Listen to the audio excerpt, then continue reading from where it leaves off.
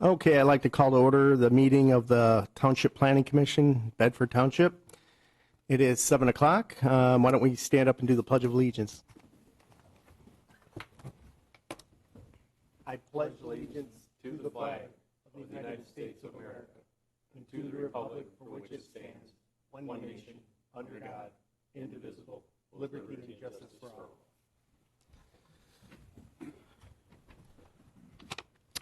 Okay, Ms. Ricker, are you going to do the roll call tonight? Yes, for this evening, I will do the roll. Mr. Fritz? Mr. Corvette? Mr. Helm? Here. Mr. Steiner? Aye. Mr. Lampowski? Here. Mr. Mahoney? Here. And Mr. Garverick is unexcused. Okay, item 4, election of Planning Commission officers for 2022. We've got positions of chair, secretary, and what else? Vice chair, right? You want to lead us in this? We can start with the chair. I did give an example. You would need to make a motion and a nomination, and then that nomination would have to accept the nomination, and then we would take a roll call vote. I'll make a motion for Chair Patrick Mahoney. I'll accept. Then we need a second. I'll second. Okay, Mr. go ahead and take a roll. Mr. Fritz? Yes. Mr. Helm? Yes. Mr. Corvette? Yes. Mr. Lampowski? Yes. Mr. Steiner? Aye. And Mr. Mahoney? Aye. Motion carried. And then the same process for vice chair?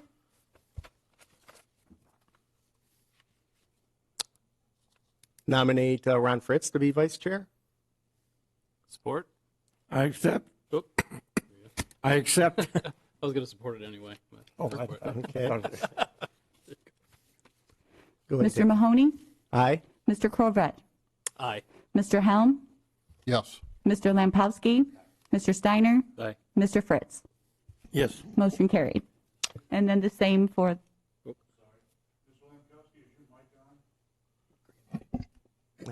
Yes, now it is. and then same for secretary? I'll make a motion, nominate Mr. Covrette, secretary. I'll support. I will accept. Mr. Steiner? Aye. Mr. Mahoney? Aye. Mr. Lampowski? Aye. Mr. Helm? Aye. Mr. Fritz? Aye. Mr. Corvette? Aye. Motion passed. Okay, that concludes election of Planning Commission officers for 2022. Approval of the agenda. Has everybody had a chance to read the minutes from December 15? Motion to approve the agenda is submitted. Support. All those in favor say aye. Aye. Aye. All those opposed? Motion passes unanimously. Okay, public comment. Anybody out in the audience like to make a comment? Yes. We need approval of the minutes. Oh, I'll make a motion to approve the minutes of December 15th, 2021 meeting as submitted. I'll second. Sorry. all those in favor say aye. Aye. All those opposed? Quick question. Yes, If we go ahead. weren't here for that meeting, should we abstain from the vote? Yes, I will notate that Mr. Corvette and Mr. Lampkowski abstained as they were not appointed to the commission yet. Mr. Fritz seconded. So motion passes 4-0. Okay, public comment. All right, nobody from the public like to make a comment? New business. Item A, request for a sign waiver in a C1 local business district for Bedford Township Veterans Committee on parcel number 5802-026-048-00, otherwise known as 8020 Lewis Avenue, Temperance, Michigan 48182. Jody, do you want to give some detail? Yes. The applicant is Scott Burns, the sign company Scotty B's LEDs. The owner is the Bedford Township Veterans Committee, located at 8020 Lewis Avenue, parcel number 5802-026-04800, in a C1 local business district. On June 23, 2008, the then property owner was issued a sign permit to install new signage to the structure and replace facing on a non-conforming pylon sign, which at that time did not meet the requirements of the sign ordinance. And then we included the sign ordinance of the 7-year grace period that was signed and notarized, that any changes, the sign would come into compliance with the ordinance at the time of the new submittal.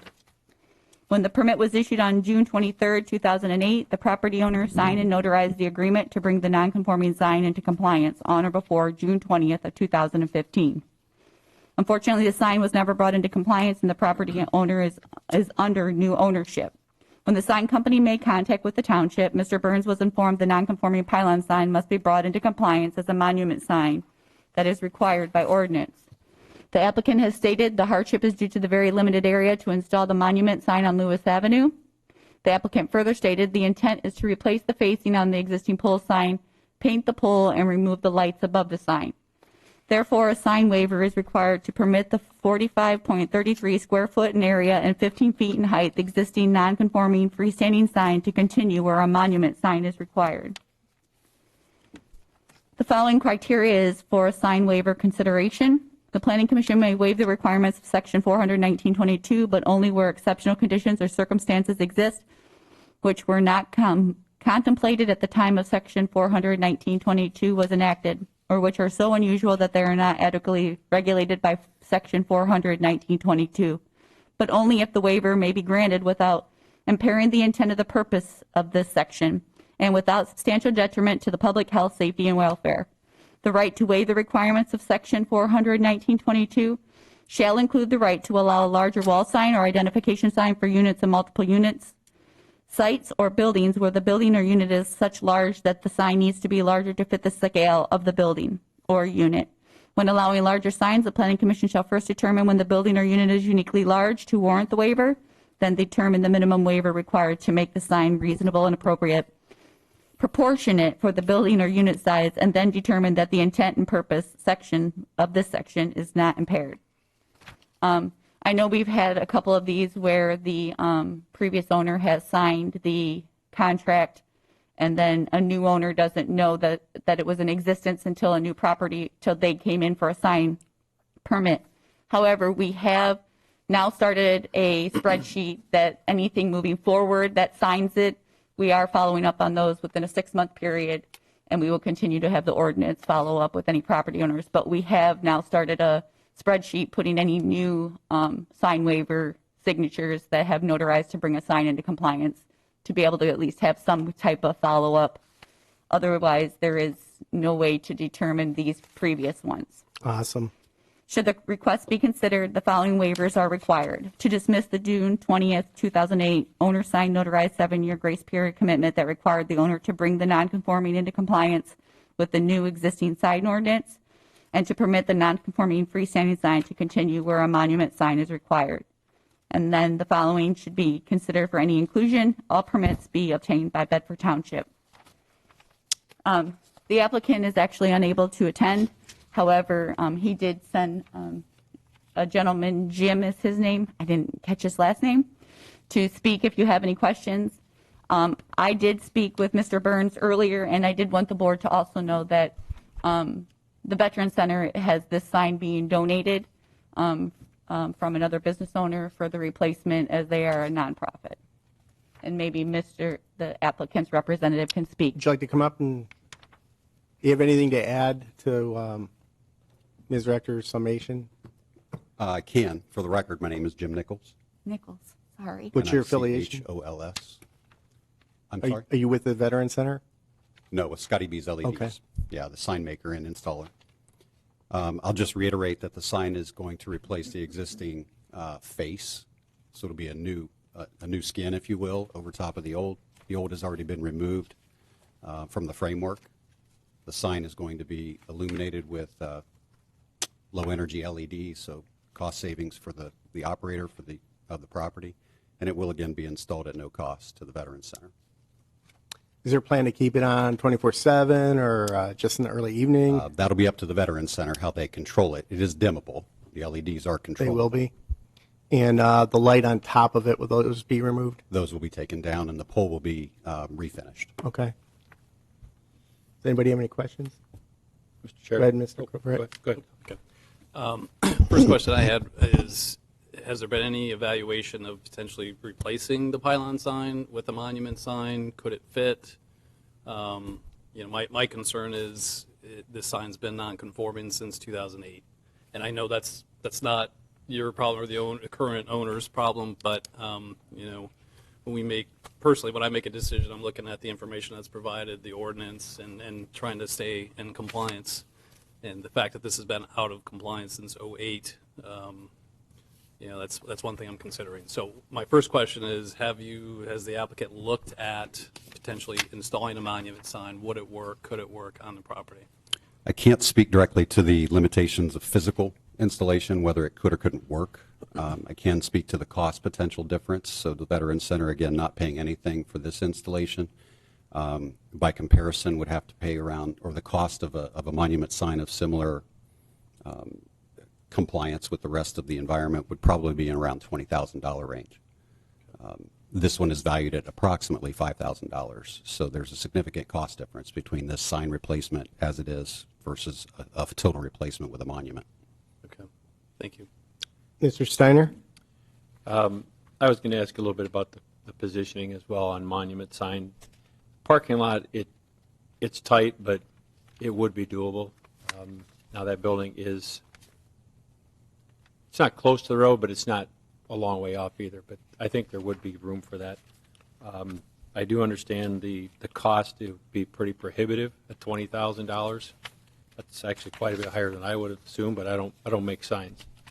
When it comes to the lighting, the LED, how will that be?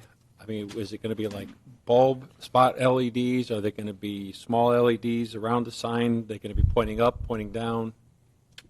So the best way to describe modern day LED signage, at least this type, is compare it to the old style neon signage that you might see hanging in a window of an establishment that might say open, or the Bud Light signs, the beer signs that you see are typical neon. That glass tubing used to have, or does have, neon gas in it. Today's LEDs mimic that with flexible it's not tubing, it's flexible strips. The entire strip illuminates, but it's done so with LEDs built in, molded within the strip itself. I actually have one copy, but I do have a printed out version of this sign that I can pass around if anyone would like to look at it. So will it? It's in our packet. Yeah. So will the So they LED? have this style, not actually lit up. Okay. So will the LED actually be Steve, pass with that around. inside the sign shining it, or? You'll Wrap- probably get your answer when you see this, When I see that, this okay. printout that's going around. Feel free if anybody wants to pause and stare at it for a bit, and then I'll answer questions after they see it. But obviously that, what you're talking about is not going to be extremely bright. It's not going to be detrimental. That's the biggest thing I'd want to think about, is detrimental to traffic up and down Lewis Avenue. Right. It doesn't, it's not intended to illuminate the area around it, the ground beneath or anything of that nature. It's just simply to illuminate the lettering, logos and letters. Is the dimmability, can you set a timer on it, or does somebody have to manually dim it before they leave that night? I believe what would be installed in this one is a programmable controller.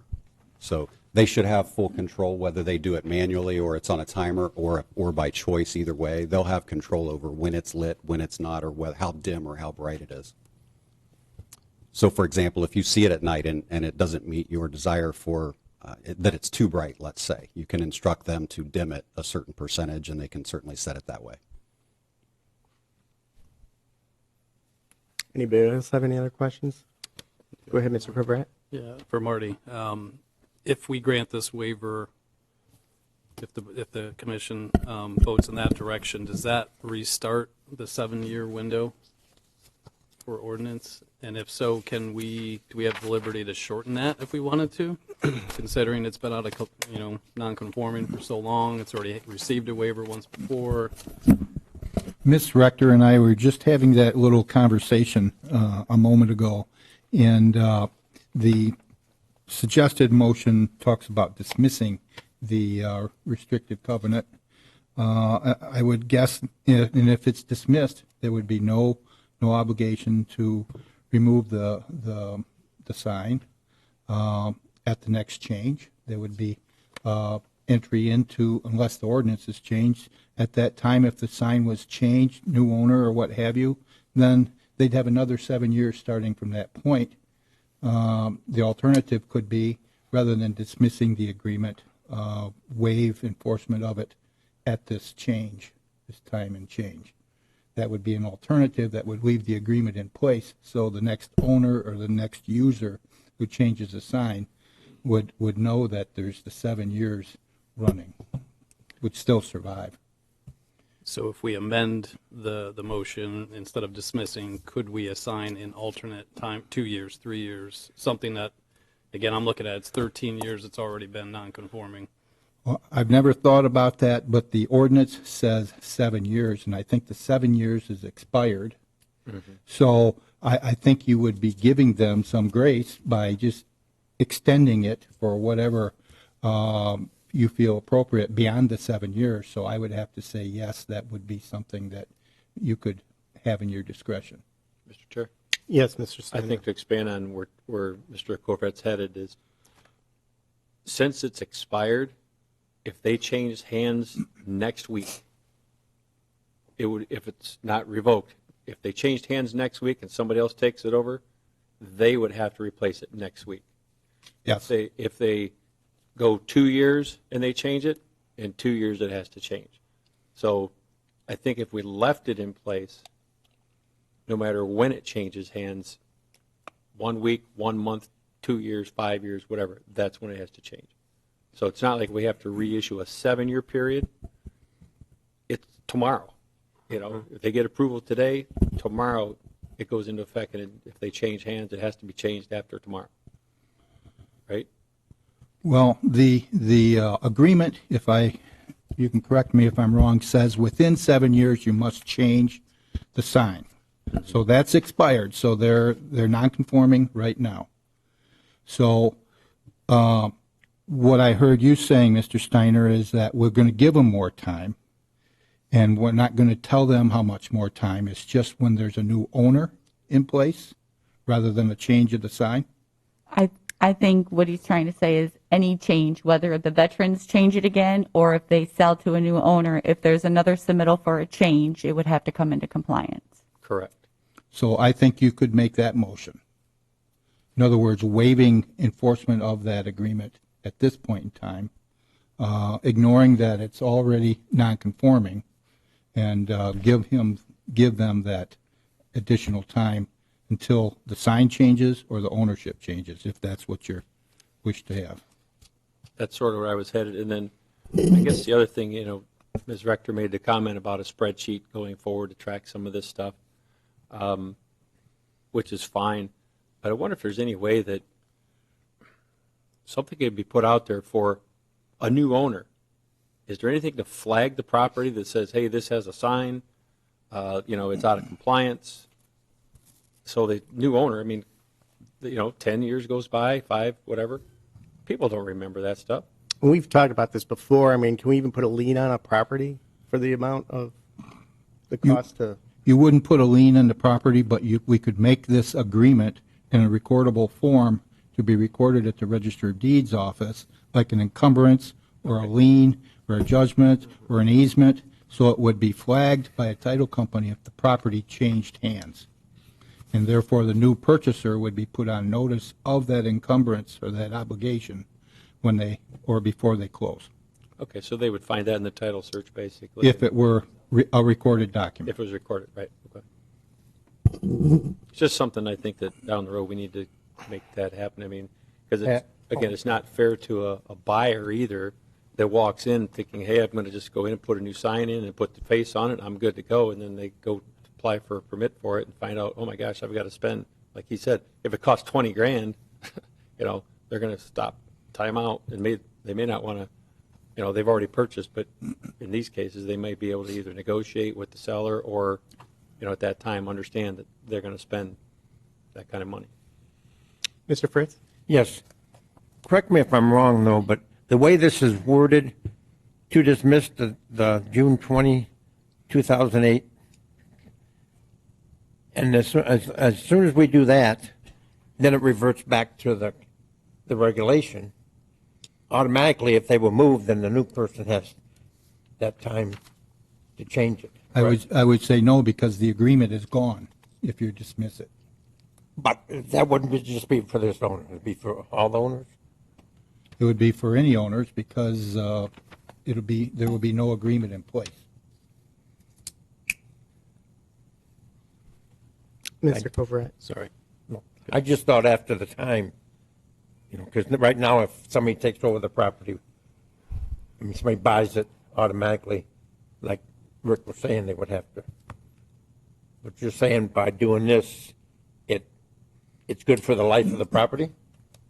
Well, right now, since the Veterans Association has taken ownership and want to change the sign, that sign should be taken down and converted into a monument sign.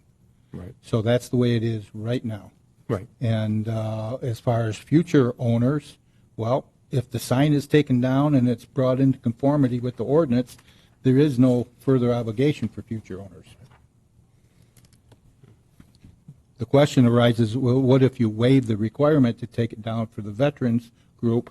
Then are you going to eliminate the agreement or just continue the obligation to the next owner or person who wants to change the sign?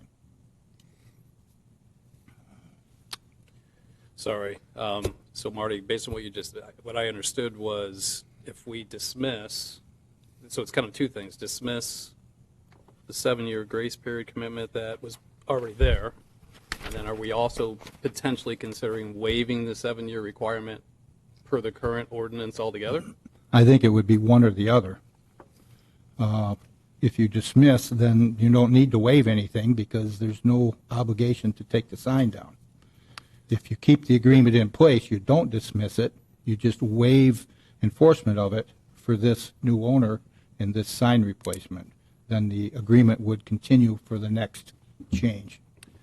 But wouldn't, if let's just pretend the previous waiver and all of that didn't exist, and the applicant came in to do what they're proposing, that would require a waiver to do that,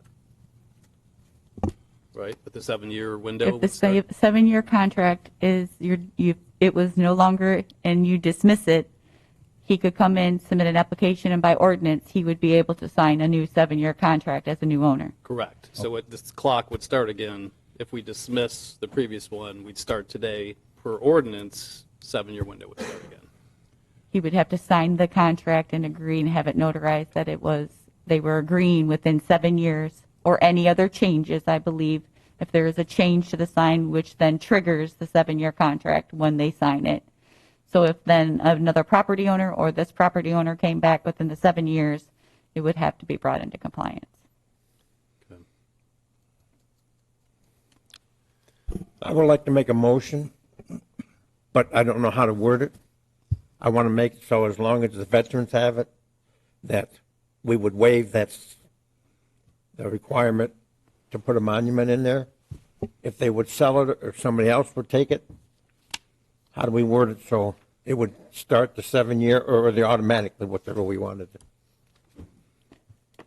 I'm just going to ask then for clarification for the rest of the members.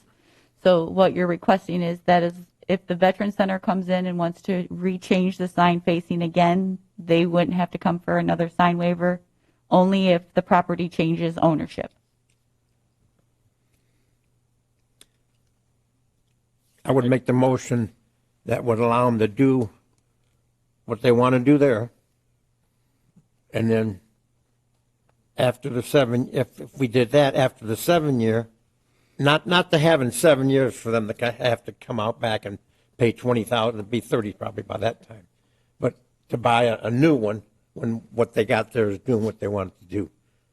So if they would change it though, I would think that would kick into that would kick into 7 years. automatically. And I accept the hardship about positioning of the sign because they can't put it right where the pole sign is right now, correct? Because it's too close to the adjacent driveway. I don't actually have dimensions on anything. I actually looked in the building department to see if I had anything. I'm not sure the setbacks. They do have a driveway corner clearance, which I believe is 10 feet on each corner. And then I'm not sure then if it would encroach in their parking lot. They did not supply any because their intent was to come for a sign waiver. So, and then keep in mind, they can have 7 foot tall of a monument sign on that corner with for the parcel. I'm apologizing. I'm not sure if Mr. Fritz is wanting to make a motion to allow them to change the sign and then give them the 7-year contract starting now. Any other changes other than for the vet center? Maybe you can provide a little bit more clarification because Well, I'm there is just a looking for motion some then. legal wording to put in there so that they don't have to, in 7 years, automatically put a monument in there. I mean, does this wording that they have here, I guess I could make that motion using that wording, and then we can amend it. That would work too, wouldn't it? If it was approved, then we would, I mean, we would have the chance to amend that. Mr. Chair? Mr. Steiner. I think for some clarification that, first off, we need to, everybody needs to understand if we do decide to vote to give them the waiver of enforcement on the sign as it stands today based on the 7-year agreement.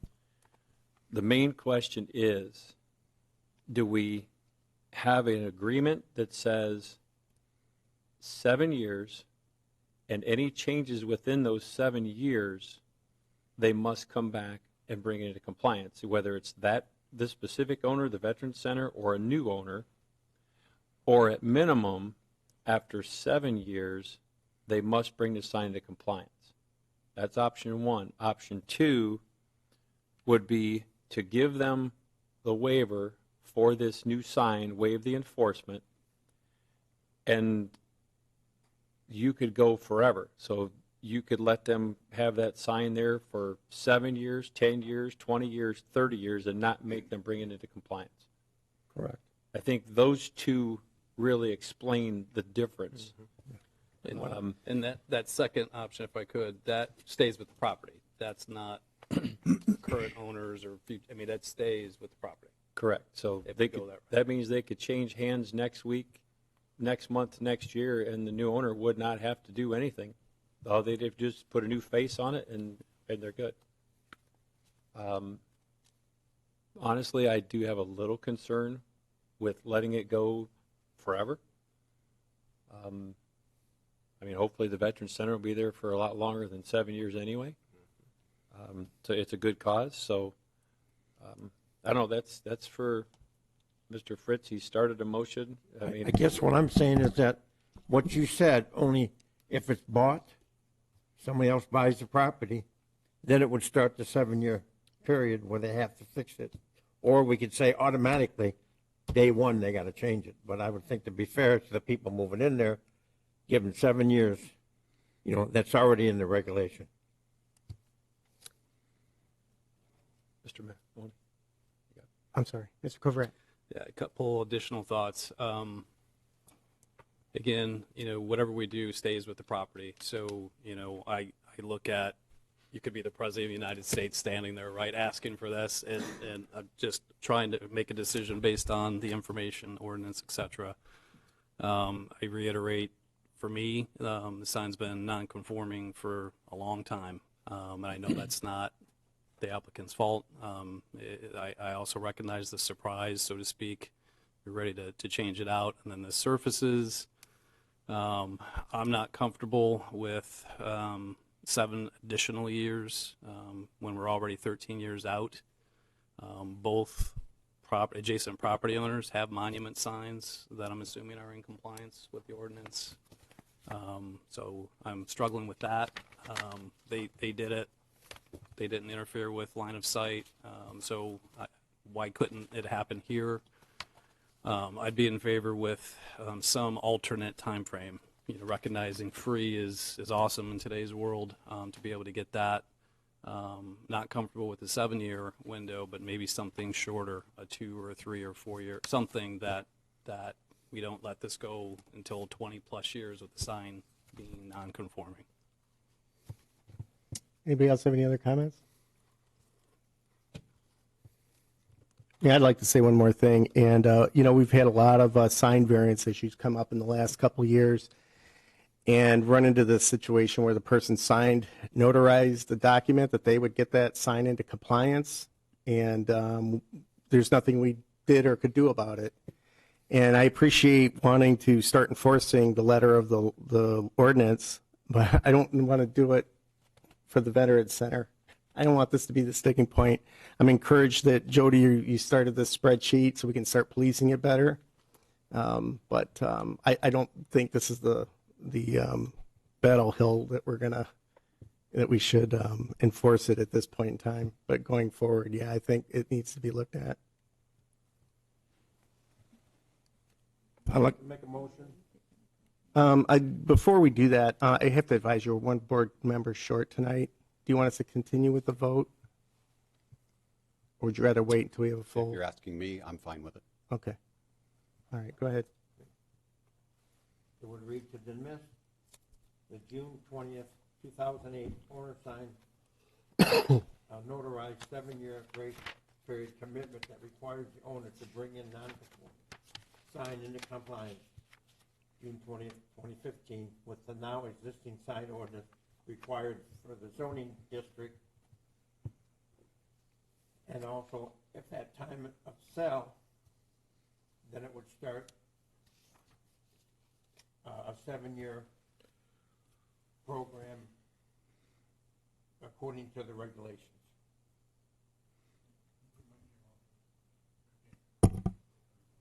And then also to permit a non-conforming freestanding sign designed to continue where a monument sign is required. And then also that all required permits shall be obtained from the Bedford Township. Support for the motion? Before we go to a second on the motion, I want to be really clear. If we're removing the 7-year agreement, For the veterans. and you're mentioning 7 years, would you have to have a new 7-year agreement drawn up to ensure that you can enforce that at 7? I thought Monty said no. It sounds to me from the motion that he's anticipating entry into a new 7-year agreement at the time the property is sold to new owner. Which it's already been sold. We're talking about the next owner, Okay. right? Yes, I believe that's what I have, is that he's dismissing the 2008 signed notarized 7-year grace period that was supposed to be brought into compliance by 2015.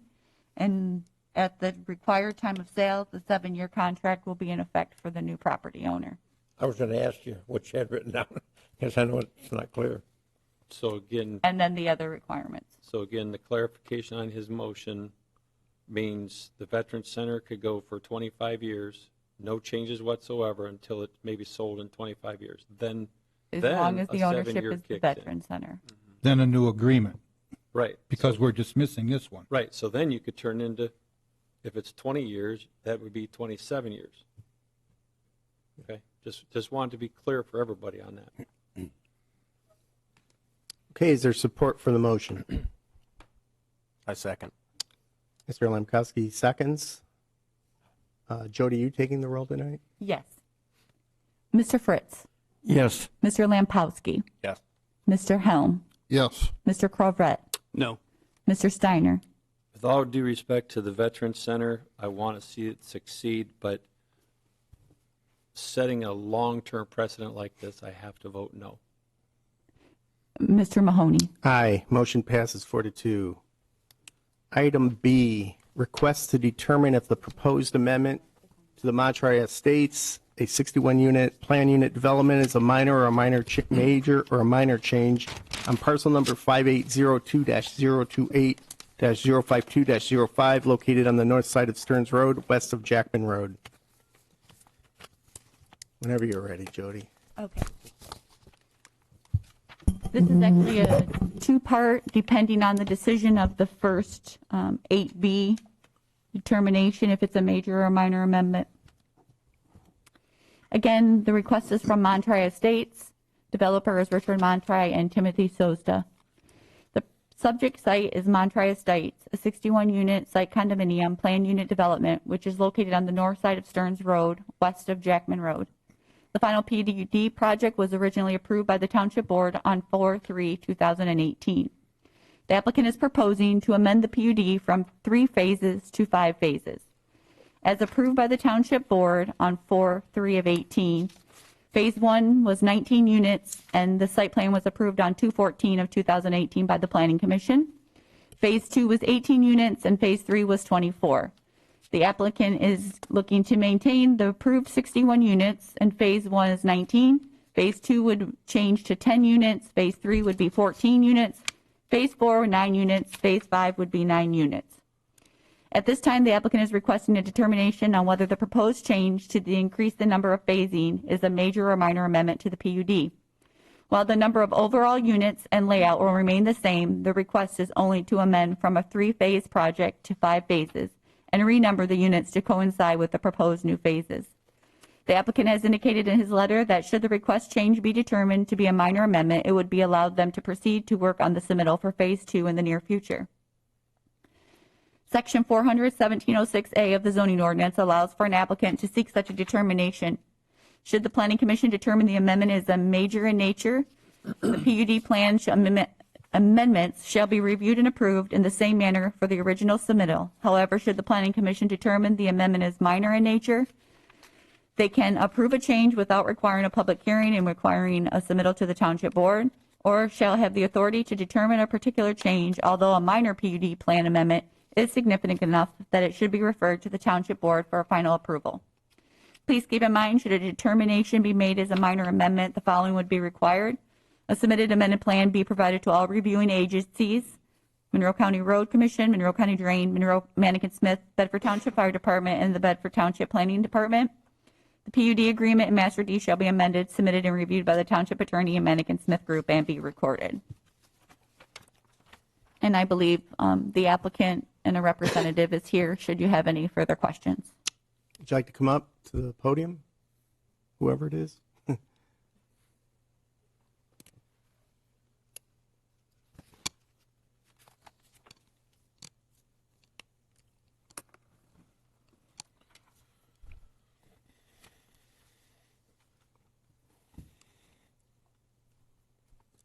My name is Richard Montry.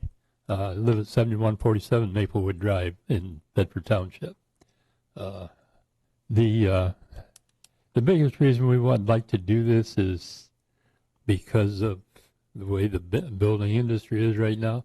We'd like to make smaller plots, cut down on our investment somewhat, but we still want to, our intent is to go, but we would just like to smaller phases to make it work better for us. And we did run into some situations with the first phase that if we'd have known about ahead of time, we would have made it smaller phases than what we have. But it is what it is, and so now we'd like to change the number of phases and proceed. Does anybody have any questions? Mr. Steiner? Not so much a question. We actually had something similar to this not too long ago on another development where they came in and asked for a minor amendment by changing the phasing and the number of units. Now, if I remember correctly, that one, they increased their upfront and nothing changed, totals, etc. Whereas again, here, he's not asking to change any lot numbers, no actual lot sizes. He's asking to change the phases. Correct. So the overall development remains the same. in my opinion, it's pretty simple, pretty straightforward. There's nothing is going to actually have any impact to the agencies and the reviewing agencies, as long as he gets, the reapprovals. His new site plan would have to be submitted, just restaging and redoing the phasing. Other than that, it's pretty clear. How far along are you in phase one? Pardon? How far along are you on phase one? I'm sorry. The 19 units in phase one? Was just curious, how far along are you? We have 9 houses up, and we have 3, possibly 4 lots spoken for at this time. It's to the point where we have to look forward to the next phase. Right. Anybody else? Mr. Camper? I'd just like to share some thoughts so you and the developer understands. It's my understanding that phase one has begun, and you've sold some units to property owners, new unit owners, co-owners now? Have you Yes. sold some units in phase one? Oh, yes, yes. Okay. So this is similar to subdivision development. When you have phases, each phase has to stand on its own because there is no obligation for the developer to complete the entire global project. That's why they're doing it in phases, so they don't have to commit the entire project land area to the development. They can stop if the economy falls out, the housing market, they're only committed to completing each phase as they build along. The condo documents, the master deed, has to state in it and disclose to unit owners who buy from the beginning that it's an expandable condominium project, and it can be expanded in 3 phases, or 5 phases if they had that foresight to put that in their master deed. That's a problem for them to figure out. If they've sold units, there's more than just the developer that has a property interest in the development, with it changing from 3 phases to 5 phases. So they're going to have to work that out with the people they sold units to, who have an expectation of 3 phases. If the project stops right now, phase 1 has 19 units. All the utilities, the detention basins, the storm drains, everything has to stand on its own phase by phase. If they expand to phase 2, you got to look at, okay, what's happened to the open space in the center of the development? Is that being carved away and waiting for phase 3, or should that go with phase 2? So each phase should stand on its own with what's already built. Future phases may not be built. So keep that in mind when they're going phase by phase. I guess they should also consider that if they're going phase by phase, they have to amend the master deed for every phase and submit a site plan to the Planning Commission for each phase. So now we're talking 5 site plans, 5 amendments to the master, or 4 amendments to the master deed if they're going to do it 5 phases. But they also have to get past the hurdle of amending the master deed and changing that to 5 phases when it may have been originally stated as an expandable condominium in 3 phases. So there's a lot of things that need to be worked out. I think you can give them the approval if you wish, if you're comfortable with the open space not being committed to the project until phase 3. So think about that. I don't know if that's a necessary area for phase 1 and 2, if that's where the project stops. And they'll have to deal with their other logistical problems with the documents. Does every unit in each phase have to be completed fully before they can move on to the second phase? If they don't complete it within 6 years, they lose the right to build that unit and remain open space. Part of the Condo Act. Mm-hmm. Those are my comments, for whatever good they are. Well, it looks like phase 1 isn't changing. It's phase 2 and allow the builder more flexibility by only having to do 10 units versus 18. What is roughly your time frame for phase 1 to be completed? I can't really answer that until we have majority of the lots sold, which now we have 9 homes. We have 3 of the remaining lots are spoken for. A 4th one, possibly by the end of the week, maybe next week. Then we'd like to proceed. And we'd like to, use the 5 phase rather than the 3. Do you have a question, Mr. Steiner? Okay. Anybody? Does anybody see this as a major change? I don't know. Well, the one thing that Mr. Camper pointed out, I mean, the onus is going to be really on this developer to make all these changes, all the master deeds and agreements that he has going forward and with the current ownership. That will be upon him. So I think in my eyes, what we're talking is minor. What he's got to do might be a little more major, but again, on his part. And honestly, I heard open space mentioned. If he doesn't build, I think you've got a lot of open space. Yeah, there's a lot of open space. It's not going to be like a common lot usable per se, but it will all be open space. Is there a motion on the floor? I'll look to make a motion for the subject Monterey Estate 61 Ute Sino Plan Unit Development located at the north side of Stearns Road, west side of Jackman. I'm looking to make a motion. It's a minor amendment to go from 3 phases to 5 phases. And it submitted a to plan to provide all review agencies, MCRC, MCDC, MSG, and BTFD, and the Bedford Planning Department. All required master deed changes that need among the units. The PUD agreement and master deed amendments submitted and reviewed by Township Attorney Manikin Smith Group and be recorded. I do have to advise you, we're one board member short. Do you want us to continue with a vote, or do you want to wait until we have a full commission present?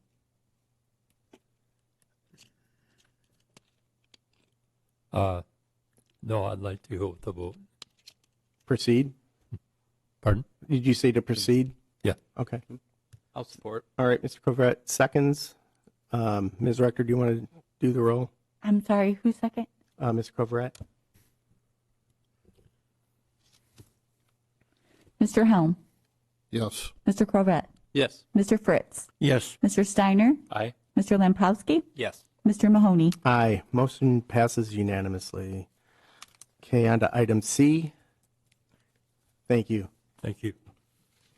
Decision possibly on the proposed amendment to Monterey Estates, a 61-unit plan development is a minor. We did that one already, didn't we? Did I skip one? Yes, the motion was both items. Okay. All right, item D, request for a final site plan approval for Southwick Place LLC green truck door for a truck dock addition to an existing building on parcel number 5802-142-061-00, otherwise known as 7193 Sawyer Drive, Temperance, Michigan 48182. Ms. Rector.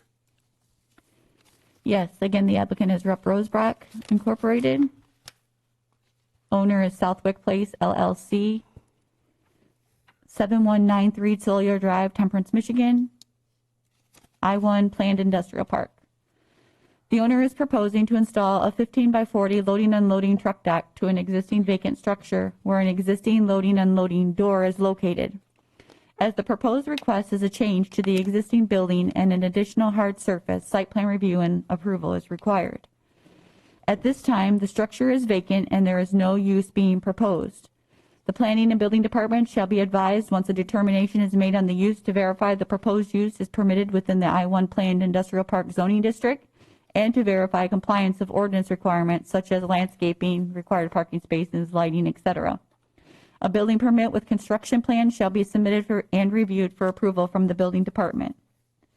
The Fire Department reviewed and approved the site plan on 1/18/2022, and the Fire Department may have further comments once building plans are submitted for review and approval and a determination is made on the use. The Monroe County Drain Commission reviewed and approved the site plan on 1/3/2022 and soil erosion on 1/4/2022. The Manikin-Smith Group approved the site plan with contingencies on 1/19/2022, and an email was received to the Planning Department from Brian Wilhelm from the Monroe County Road Commission on 1/19/2022, having no objection to the Planning Commission moving forward on review and approval for the project. Should site plan approval be granted, a motion should include the approval shall be contingent upon amended site plan submittal addressing all comments for the Monroe County Drain Commission and the Monroe County Drain Commission in regards to soil erosion and sedimentation control, the Bedford Township Fire Department, the Manikin-Smith Group letters of approval and review from the Planning and Building Department on compliance once a determination is made on the proposed use. Okay, is there somebody here from Green Truck, is it, or who are you? Rupp Rosebrock, okay. My name is Andrew Toadvine, Toadvine, from Rupp Rosebrock. We're the contractor to put the truck dock in. Pretty straightforward. Any questions anybody have? Anyone have any questions? I had a question, and I don't know if you're the one that can answer it. It was just about how do you get a 40-foot truck bed in there? Do you use the street, or do you just do? Yeah, they're going to have to use, I believe it's Enterprise Drive, pull it up, and then back it into the dock that way. Is that allowed? That's going to be a determination from the Road Commission. I know traffic has increased on Sawyer Drive, but if it becomes an issue, once we did get a determination on the use, without knowing what the actual use is, I'm not sure when they have loading and unloading. It could be something that's done in the evenings, and it may not become an issue. But if it does, then if there are any other concerns voiced from the neighboring properties, then of course ordinance would go out and speak to the property owner at the time. So the Road Commission will bring that up or talk about that? Or? I'm not aware that Brian had any, Mr. Wilhelm had any comments on that as well. Anyone else? Go ahead. I would think, I had the same thought you did, but I would think even before this truck dock, larger trucks had to use the road to back into any of those doors, just in clearance. So I think it's probably always been done for larger trucks. So I don't see a huge difference besides traffic increase, obviously.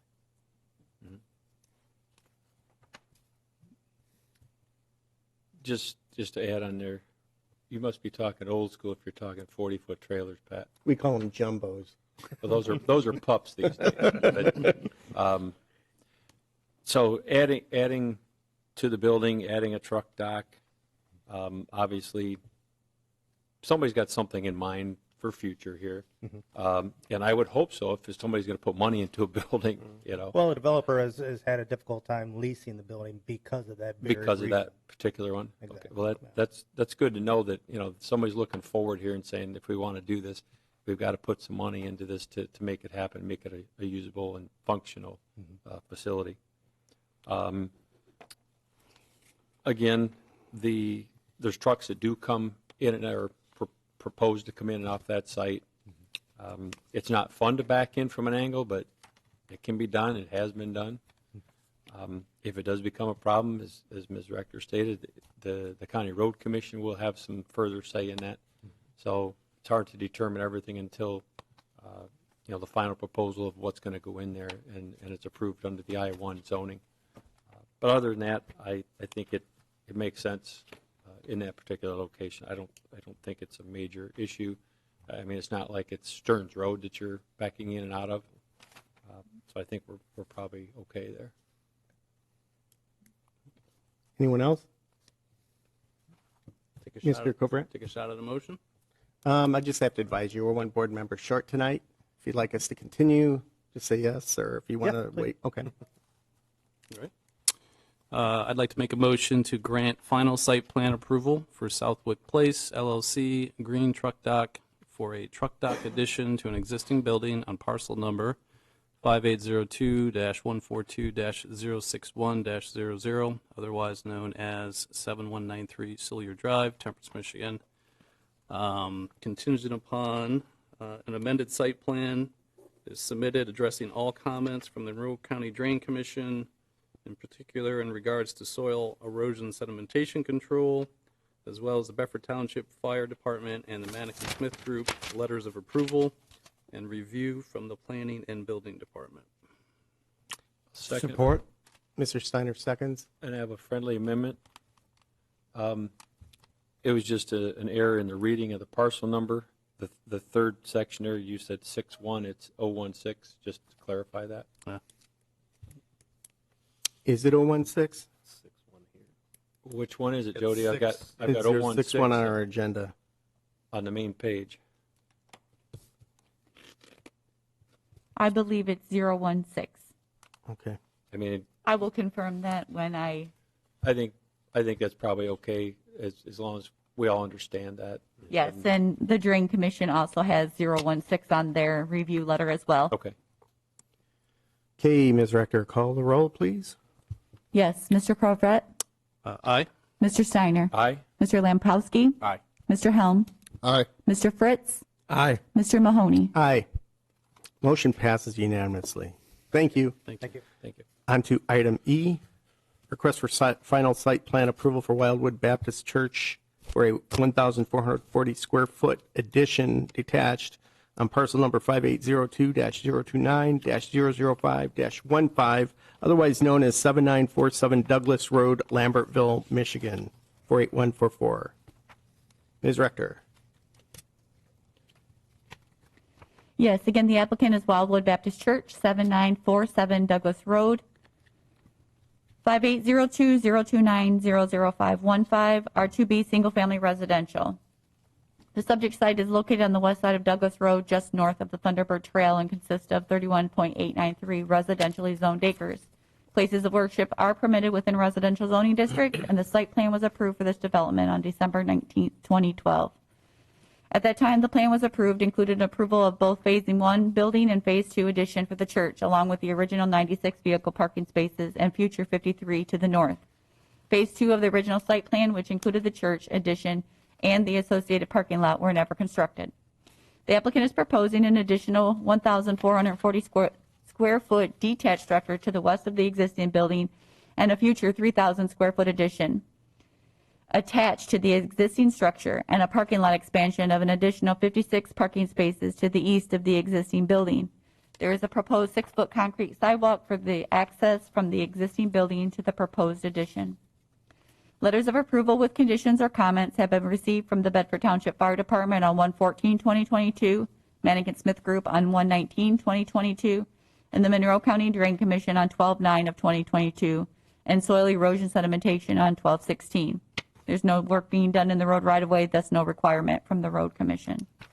Should site plan approval be granted, a motion should include the approval shall be contingent upon addressing all conditions of the Monroe County Drain Commission, the Bedford Township Fire Department, and the Manikin Smith Group.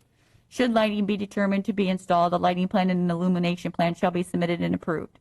Should the applicant move forward with future expansion, review and approval with the construction drawing shall be required. However, no official site plan submittal will be required. Okay, is there anyone here from the church to speak on behalf of the church?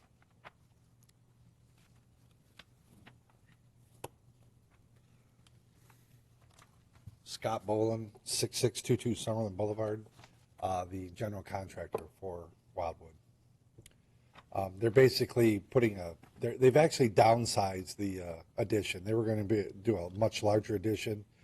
Now we've just decided to put a storage unit for some playing fields that they're going to put out there. Eventually, the second phase would be an addition to the school or to the church, which would be some classrooms. But that's not in. This is for the storage unit only right now, correct? Yeah, I think Yes. so. Yeah. Any questions for Mr. Bolin?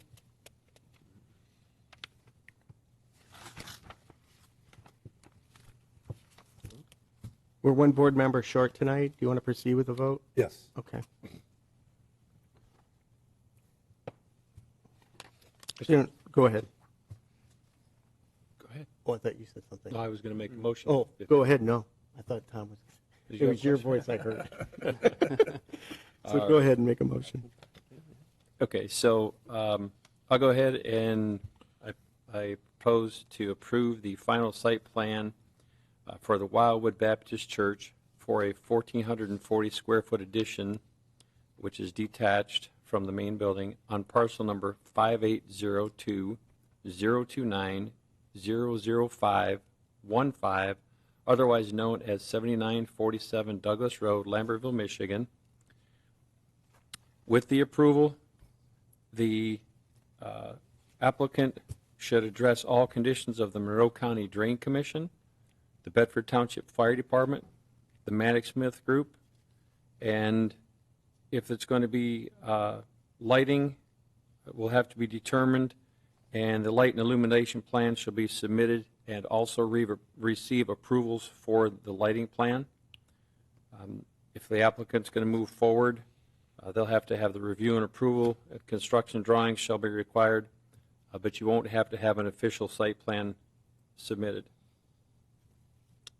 There's support for the motion. I'll support. Mr. Helm seconds. Ms. Rector? Mr. Steiner. Aye. Mr. Helm. Aye. Mr. Lampowski. Aye. Mr. Crowrett. Aye. Mr. Fritz. Aye. Mr. Mahoney. Aye. Motion passes unanimously.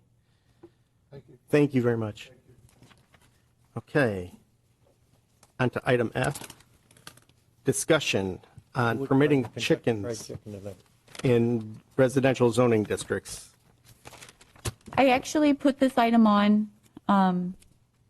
for review and to bring our new members up to date where we're at with this ordinance and gave them time to review the language.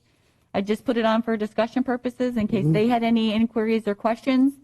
At the next meeting, I will be bringing it back for discussion and some sort of direction.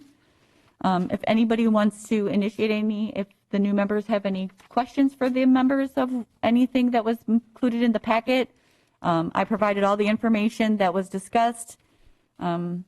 Discussion had been somewhat on requiring a permit, and I included that in the packet.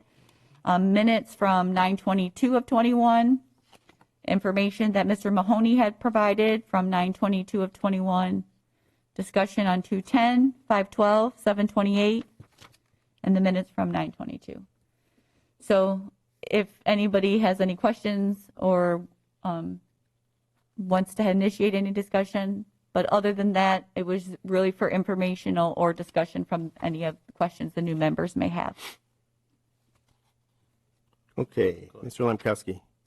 The only question I had when I was reading through, I was trying to catch up over the past couple days, but on number 4, which is going to be the first page of Katrina's, the second page of the packet, number 4 in the red, it says the road right-of-way, then the front building line. Does that mean the front edge of the house, or is this going to be required to be in the backyard? That's what the red is for clarification at that Okay. time. Sometimes if a home was built before the ordinance, it will not meet the front building line setback, so then we would definitely want it behind the front building line, or at minimally the front required front yard setback. So I think that was, at the time, some more clarification, as that was from September of 2021. And is there any way to legally say in the backyard? The Like discussion rear- can be can on you- anything the Okay. commission, because we're creating the language of the ordinance. So it could say rear building line instead of front building line? Absolutely, and that's why it's in for discussion. Anything that is determined would be what the language is. So, Yep. of course, if the commission determined as a whole, they wanted it to say in the rear yard behind the rear building line, absolutely, that could be a clear understanding of where it would have to be required. Okay. Mr. Fritz. Jody, where is this going next? At some time when we have an audience, I think I go out for the public. Yes, at the next time I bring it for the meeting, I will be asking for discussion and direction, whether we're moving forward with a public hearing, and then that's when it will be in the paper and published downstairs in the Township Hall. Open to the public to come and speak on the item on the agenda, and that's when we need to have clear direction of what the languages we're proposing, because then that moves to the Township Board after we have the public hearing, and then they make a decision on whether to move forward or not. And it would be a recommendation to the board? Absolutely. At that time, are we going to have a rough draft, or will it be what we'll propose to the board to vote on? What do you think? Well, once I publish to the paper, I would like it to be at least what we're saying, because that's what the public's going to read as in the paper of Fair what enough. we're proposing. Okay. Yep. So the next meeting will be for us to decide what the language is going to look like, and if we're even going to make the recommendation to send it to the Township Board, because we may say we don't want to send it to the Township Board, we're not going to change the ordinance as well. So, and then whatever is decided then, if we go forward and want to make the recommendation as director publishes, then we go through, have the public hearing, further discussion, which we could make an amendment at that time if it made sense, and then you could still forward it to the Township Board after that. There was one thing I noticed. Maybe it was from the 512. I just want to make sure if we put in wording banning roosters, that the guinea fowl have to be included in that too. The guinea hens, just where it says permitting roosters. Should permit roosters or guinea hens specifically mentioned. I do remember you brought that up. I sure did. Yeah. I encourage you to go to YouTube and look up what a guinea hen, what the noise they can make. If you want to send me an email, then I can correct that. Yep.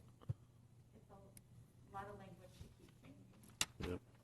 Well, it's just an addition. No roosters or guinea hens. What minute was that in? I saw it on the 521 page. But it's on every page where there's a list. Page. Yeah. Yeah. You could put keeping of roosters, guinea hens. Do you want it no Yeah. roosters? Right. I think we all agreed on that. Yeah, I thought we had it in there someplace. Yeah. Yep. It's included with the slaughter. Pardon? No roosters? Yeah, keeping of roosters, comma, guinea hens, and slaughtering of chickens is prohibited. Item 8 from September 22. Yeah, that's on the, I just think we missed the guinea hen. Could be.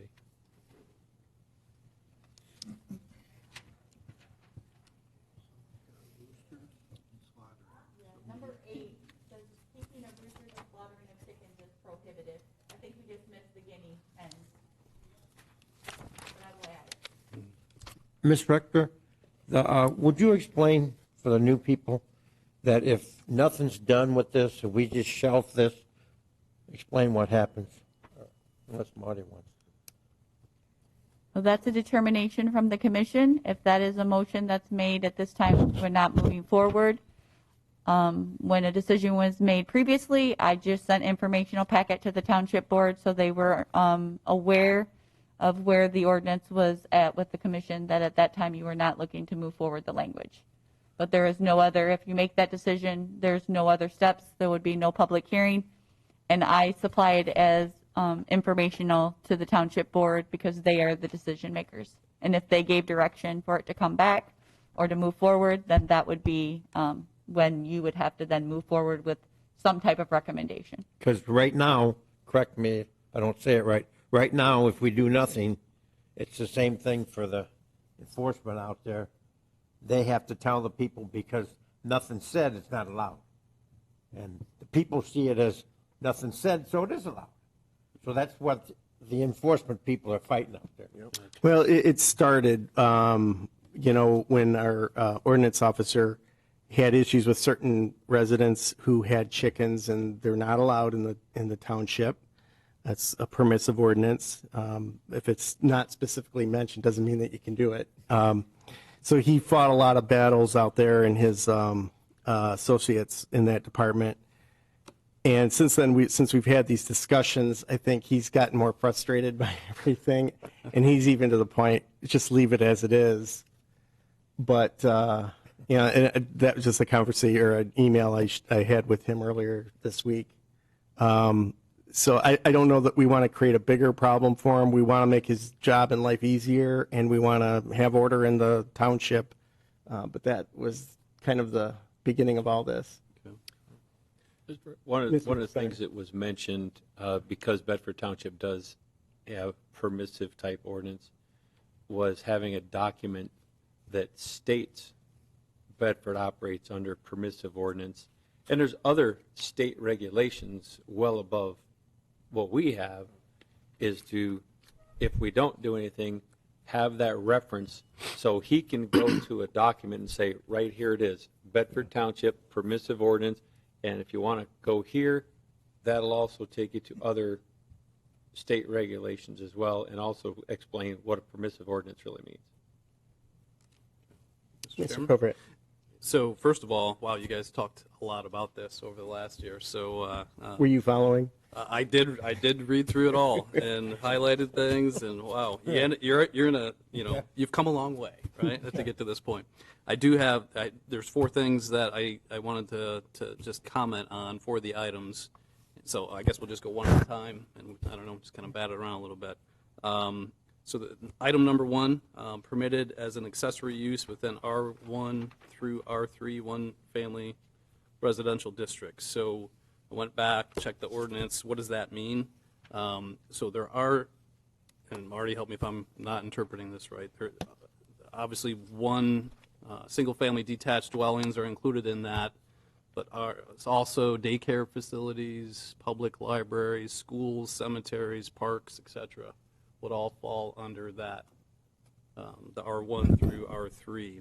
So my comment is, should we limit that by adding something like permitted as an accessory use for one-family detached dwellings within R1, R3, etc.? Yes, if that language has not already been contemplated, that is exactly what should happen. Okay. That makes Okay. sense. Okay. Item number 4, I saw discussion, and again, I'm not a chicken expert either, but I saw discussion in some of the meeting minutes about chickens may be able to fly for 15 feet. Okay, but we say here in this one 10 feet from the lot line. So this is kind of a two-parter. I'm looking, okay, if they can fly 15 feet, I wouldn't want them flying over a fence into someone else's yard. So can we make that 20 feet or something more than 15 feet? And I'm not sure what minutes it was in, but that was where discussion then went to having some type of covering on the pen or run area for the chickens to keep them. They would either have to be in a pen or in a covered fenced area. So the language has not been defined whether we want to cover the enclosed pen area or increase the setbacks. So that goes to my second part, was item number 7, the MSU extension guidance that you provided. Jody has a statement in there: the facility should be built to keep dogs, cats, and wildlife from gaining entry. So to me, it's enclosed. I mean, it's fenced, it's enclosed completely.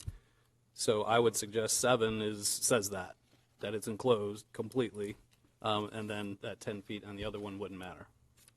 We probably might want to put something in there about a cover, but, because you could get hawks flying down there and taking off, especially baby chickens, for their own good. I thought we had that in there.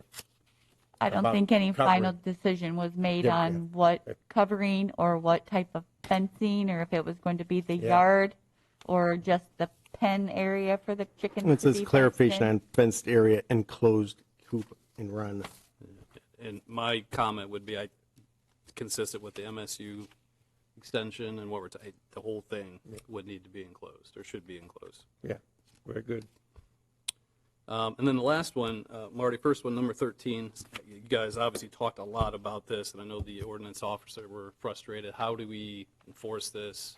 who removes the chickens, if, a permit is revoked, all very legitimate concerns and issues, I'm sure.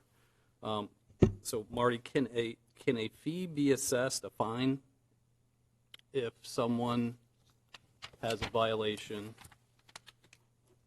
I think it would be a violation of the Bedford Township zoning ordinance. Like any other part of the ordinance, if the ordinance is violated, I believe there's civil infractions set up as enforcement remedies for violation of the ordinance. Years ago, it used to be misdemeanors up to 90 days in jail and $100 fine. The many municipalities went to civil infractions to be setting up a civil infraction bureau at the clerk's office, issuing tickets to the violators rather than a warrant for a misdemeanor. So the people could bring their tickets to the Civil Infractions Bureau at the clerk's office and settle up on the ticket.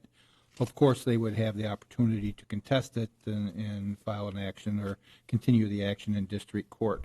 So as it would be a fine through a civil infraction. I'd have to look at the zoning ordinance. There in the back of every zoning ordinance book is the enforcement remedies for violations of the ordinance. So unless we did something special for this section of the ordinance, chicken enforcement, it would fall within the general remedies provided in the zoning ordinance. And could that, if we did institute some sort of a fine, right? And I have some proposed language here for you guys to consider, but if we did that, could it be added as a lien on the property or anything like that, where if they don't pay it, there's a clock and after X days, you're going to get a fee, and after X days, if you don't remove them, you're going to get another fee, and if you don't pay it, it's just getting added to your tax bill? I'm not certain about putting a lien on property without a verified judgment from a court. Mm-hmm. Generally, we don't have, people can't just go be putting liens on other people's property without a money judgment, generally. And you can record a judgment. So if there was going to go to the point of putting a lien on somebody's property, we'd have to be in a court setting. So is that different than like a homeowners association, how they do that? If someone doesn't pay their dues? Yes. It's a different world. Because that's part of the declaration of documents or declarations and deed restrictions that everybody agrees to when they buy in. Gotcha. And I only bring that up because obviously there's been a lot of discussion about how do we enforce this? How do we, what teeth do we have, so to speak? And maybe a fee or fine would help motivate people a little bit. I don't know. Just real quick, what I came up with, just kind of sketched for consideration for 13. The owner or occupant of the subject property will have 14 days to remedy a documented infraction of the ordinance requirements by the ordinance enforcement department. If the infraction is not remedied within 14 days, a fine of $100 will be assessed. If the infraction is not remedied within 30 days, the permit is revoked. The owner or occupant will have 30 days to remove the chickens, or another $100 fine will be assessed, with additional fines every 30 days thereafter until the chickens are removed. If the permit is revoked, the owner or occupant that was responsible for the infraction cannot apply for another permit. I think you hit the nail on the head when it comes down to enforcement. And as I understand it, there's been a lot of tickets fined for other infractions in the township, and they're sitting in a cabinet unpaid. And, especially I think with chickens, there's going to be people who get very emotionally involved with owning chickens and their right to have chickens. They're going to dig their heels in and going to make life really hard for whoever is in charge of taking this to a court to get a judgment for to put it on a lien if that's possible. And I think faced with this reality, that's where Officer Cecil just kind of throws his arms up, just leave it be. So I don't know if we want to proceed. Mr. Steiner? Yeah, I think everybody's finally down to the last one here of focusing on the ordinance. And again, you're right. Mr. Cecil has made that comment that, and believe it or not only does he go out and, whether it's chickens or anything, people get hostile at times. and you said, you used the word emotional, but some people get hostile. And we just can't have an ordinance officer who's not prepared to defend against hostilities. Somebody might say something and get off my property or else. Okay, that's one thing, but not everybody gives you that warning. Things happen in this society today. When it comes to, and we did talk about, permit fees and some fines and things but again, if it perpetuates, how big do those fees need to pile up before we say, well, okay, let's get legal involved, let's spend how much to have Mr. Kemprith or Mr. Goldsmith or, whoever's going to do it, take up the charge, pay all the court fees. Now, I'm not legal, so I'm assuming that if you won, court fees could be assessed to the violator, but all the other stuff, I don't know if you can. But again, we'd have to pile up a lot of fees probably to make it, worth sending. Totally different situation. We have another issue that Mr. Kemprith, I don't know if you can say what the final was going to court about an ordinance violation within a subdivision of commercial equipment and trucks and stuff stored in the subdivision at the owner's home. You familiar with that one? I'm not specifically familiar with the case. However, often we have to, if there's an ordinance violation, whether it be storing commercial vehicles in a residential district, doesn't matter if it's a subdivision or not, or a fence violation, not getting permit or not having the pretty side out or whatever the fence issues are, and there's blight and things like that. Often, just the threat of fines or having fines assessed or civil infractions doesn't motivate the violator to change, because we really have no hammer at the end of that.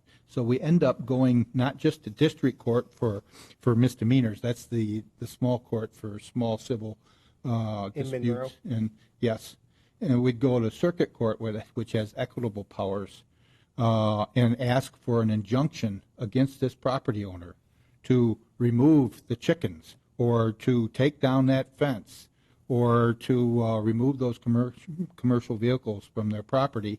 And they have so much time to do that. Otherwise, the court would enable us to garner the sheriff's department and some towing companies to actually go out and remove things. We've done that with dangerous buildings. We've demolished buildings, but we don't like doing that without a court order to back us up. Actually, I think that one that I'm talking about, I think it's now going on a couple of years, and try to get it fully resolved. So here again, do we go out and fight for a couple of years on a couple of chickens? And I don't know, the whole enforcement thing just makes it difficult. And I have to say that I'm good with the proof of permissive ordinances in this township and having the reference of this is how Bedford Township operates under permissive ordinance. Have a document that states that, and you can move on.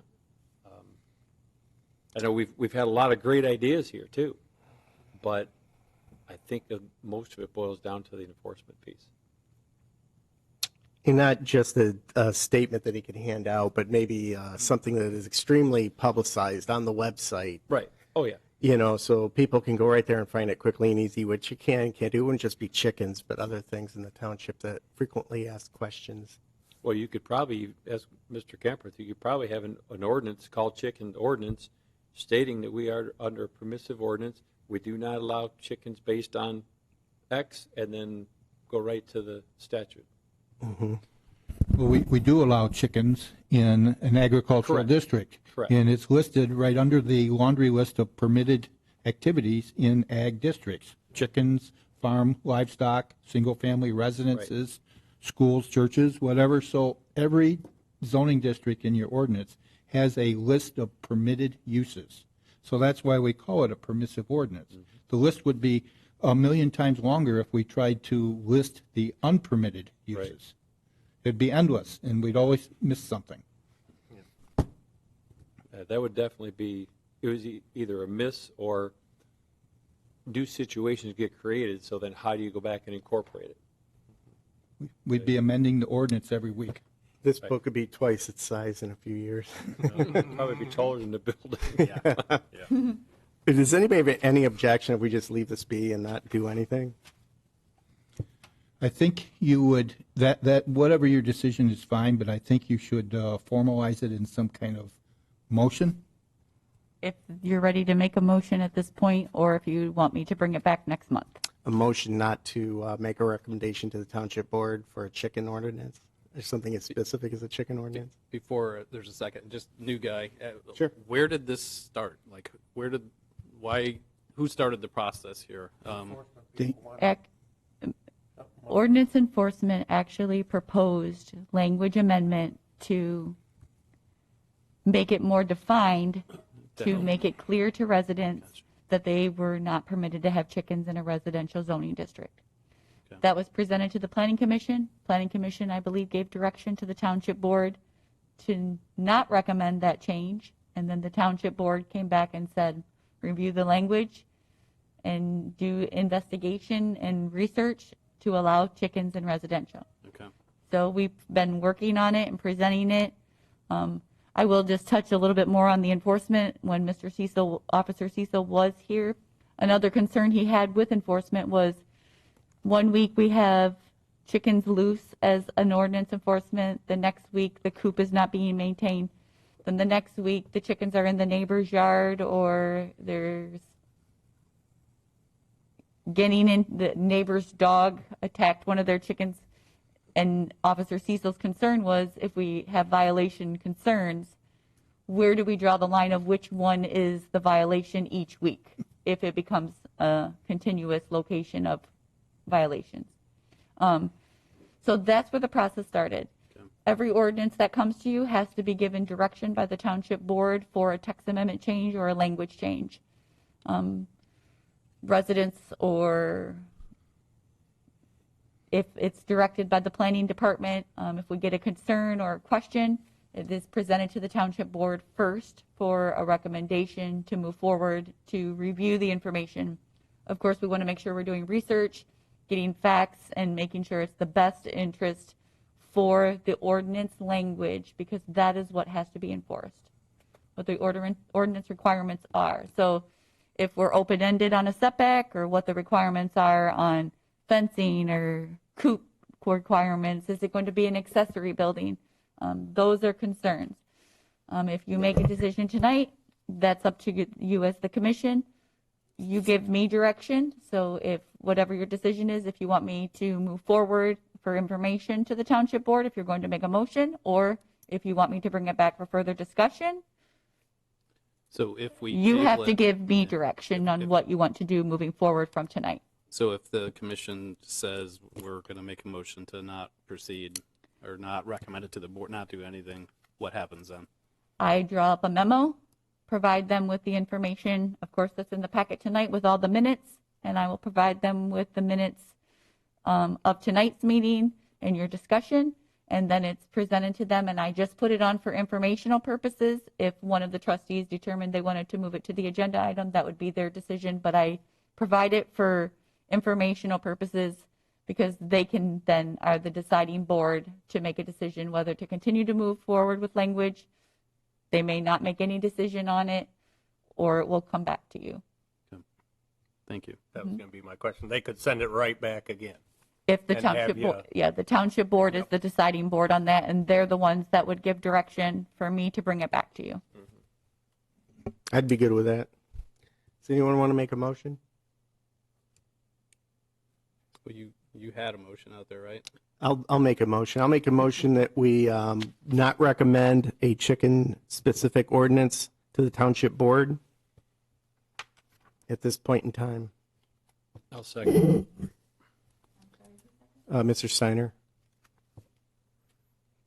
Whenever you're ready, call the roll. Mr. Mahoney, Yes, sir. just for the heck of it, do we want to add just the statement that because Bedford Township currently operates under permissive ordinances, and that there are ordinances that spell out what permissions are in specific zoning districts? I would agree with that, and maybe put in something about how it should be very prominent on our website or easy to find about permissive ordinances in the township. Almost as if this already exists. And it's just an enforcement issue is the big concern. That's kind of wordy. That's probably a separate item that we take Or up with both. the clerk's department for development on. I would just like clarification. I don't know about, I mean, I'm okay with adding in that it's a permissive ordinance. I'm not sure about providing for the section that's permissive with this motion because it's going for information. It's not actually. Sure. You're just not moving forward with it. You're making a determination, not actually a recommendation. You're making a determination to not move forward with the language to allow chickens in a residential zoning Specific district. chicken language. Chicken language. I can add that as Bedford Township, as Bedford Township is a permissive ordinance and chickens are not permitted as provided in our ordinance for residential zoning districts. And Or not mention it and just explain when well, you actually, bring it if up. we do it, I can actually bring it up at the township board meeting. I won't make an agenda item unless somebody else wants to, but I will make a note to it and just we can say that we would like investigate from our clerk's department, which handles the website and handles documentation. Is there a place or where could we possibly put it so it's more prominent so people understand? And that can be requested on the township board for clarification of just in general to be put on for agenda item for clarification to the public of where to find our ordinance, our permissive, not actually linked to the language of the chickens. I would just keep our vote very succinct. Generic. Yeah. And then Rick can explain in depth our reasoning. Well, keep in mind, I'm not putting it on as an agenda item, only for information. Sure. Yeah, and again, I can talk about it at trustee comment time.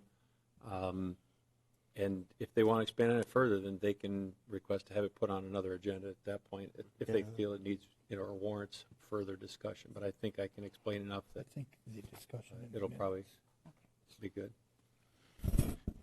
Mr. Camper. I would say that the permissive nature of the ordinance, if you expand on that, goes towards the concerns that ordinance enforcement had initially when this whole topic was initiated by them. That was their problem, trying to explain to people that it's a permissive ordinance. So I think those two things, maybe the permissive nature of the ordinance, the explanation of that to the public would help maybe remedy the ordinance enforcement's initial problem with this. So basically, we need to put a tool in ordinance toolbox. And Jody, you can go on Bedford Unleashed and let the world know on a daily basis. No chickens. No. I made a motion. Rick, you seconded. Right. You want to call the roll? Yes, Ms. Mr. Ricker? Mahoney. Aye. Mr. Steiner. Aye. Mr. Lampowski. Aye. Mr. Helm. Aye. Mr. Corvette. Aye. Mr. Fritz. Aye. Motion passes unanimously. Pat, Yes, sir. say something through you to Rick. Rick, can be also maybe put it on the TV station, about the permissive, if you put that same notice on the TV station. We'd have to verify it, but that part might be a little difficult. Other than that, you'd be asked to put everything on the I mean, it's already out there about the schedule and everything. Yeah, but I When mean, to you'd be- burn, when not to burn. Oh, you don't think it would be? I mean, we can talk about it, but I mean, you start doing that, you open up the can of worms. Somebody's gonna say, well, I think this should be on the website. Oh, this needs to be on the website. Oh, this needs to be on the I website. didn't think that would be a problem, but, Yeah, because you got your burn information and all the other stuff. Okay. because the public then too, they'll come back and say, well, you put that on there. Why didn't you put this on? Because this ordinance offends me from a neighbor or somebody.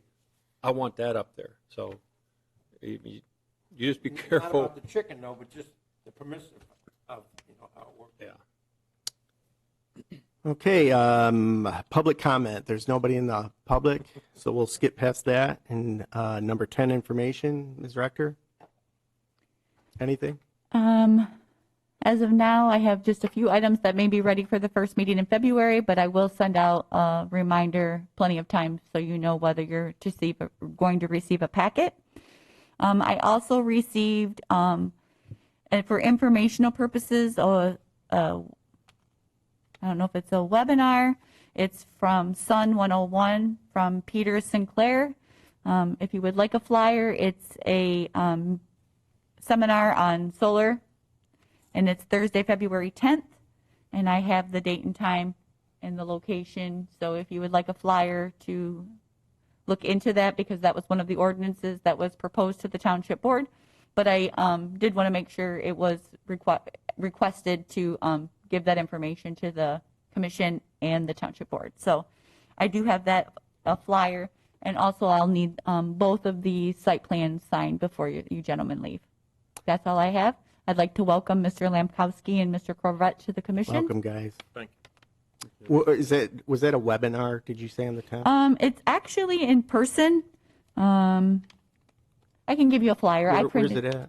Pardon me? Where's it at? Do you know? It is at the VFW Post, 3925-1944 Erie Road, Erie, Michigan. Okay. Can I answer real quick? Where did that wind up with the board? It didn't seem like many people were on board with changing agricultural district or allowing solar panels in agricultural. That was denied. It was, right? So it got shut down. Pretty handedly, too. Yeah, good. Okay, anything else? I have nothing further. Thank you. Okay, Commission staff comment. Mr. Steiner. I think we've covered a lot of ground tonight. Again, welcome, Mr. Coverett. I actually have to say welcome back to him.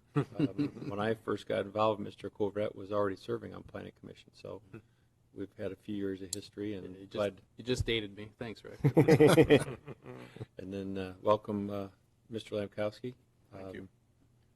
I'm glad to see that as a new guy, you weren't afraid to speak up. I know a lot of times it's tough when you're the new person. I was there once, but glad to see that you're ready to interact and review the documents. And Ms. Rector makes it too easy on us. I mean, she does a lot of work. Well, I give a lot of credit to Nicole too. I mean, or Katrina.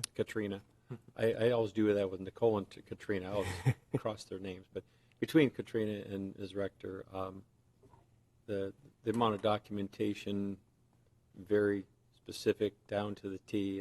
I again applaud you for the work that you two are doing. We really appreciate it. It makes our job a lot easier. Mr. Lamkowski? I don't really have anything. I mean, thanks for having me. That's the first thing I told Jody when I came in. I said, you guys put in a lot of work They do a great every job. time we have a meeting. So that made my life easy, and thanks for welcoming me, and here's to a good 3 years. Ms. Rector? Mr. Camperth? Mr. Fritz? Mr. Coverett?